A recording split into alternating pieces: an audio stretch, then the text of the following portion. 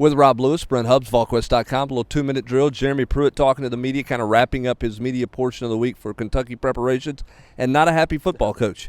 Did not like practice today, and which, and I preface that by saying he's generally complimentary about the way they practice, what they get done. So I think for him to come in there today, and that was the first thing out of his mouth, I would say it was a pretty poor day on the practice field. Yeah, not a lot of energy, not a lot of juice, and it's been a concern, quite frankly, when you talk about playing 6 in a row. Kentucky's coming off the bye. Can Tennessee match their energy? Something they've got to get ratcheted up here at the end of the week. Coach Pruitt admitting this is a game he's had circled on the calendar, didn't like the setup for this game. Yeah, I thought that was interesting. We talk, as you mentioned, six weeks, since their bye, a lot of those weeks, in SEC play against some really physical opponents.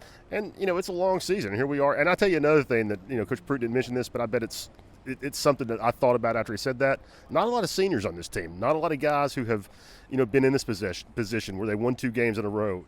You're in November. It's not that fun to go out on the practice field, do the same things you've been doing since August.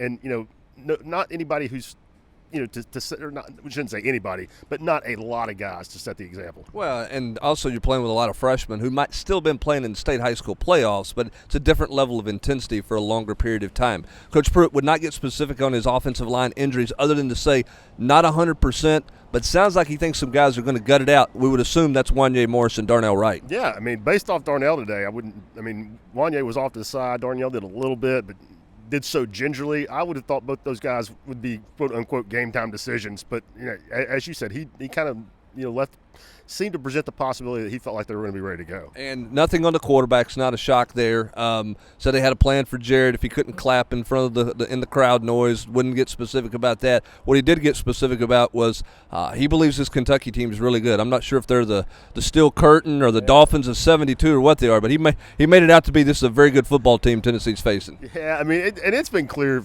all week that he's got a lot of respect for Coach Stoops, and you can see, you can kind of see why winning 10 games in Kentucky last year is kind of a feat that speaks for itself. They're good in the offensive line. They run the ball well. I think Coach Pruitt, there was a little coach speaking there and building them up, because defensively, you look at the numbers, you look at what other teams have been able to do against them. They're not that great in the front seven.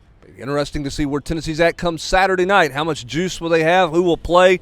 And how does Tennessee match up against this Kentucky Wildcat team? For Rob Lewis, Brent Hubbs, VolQuest.com.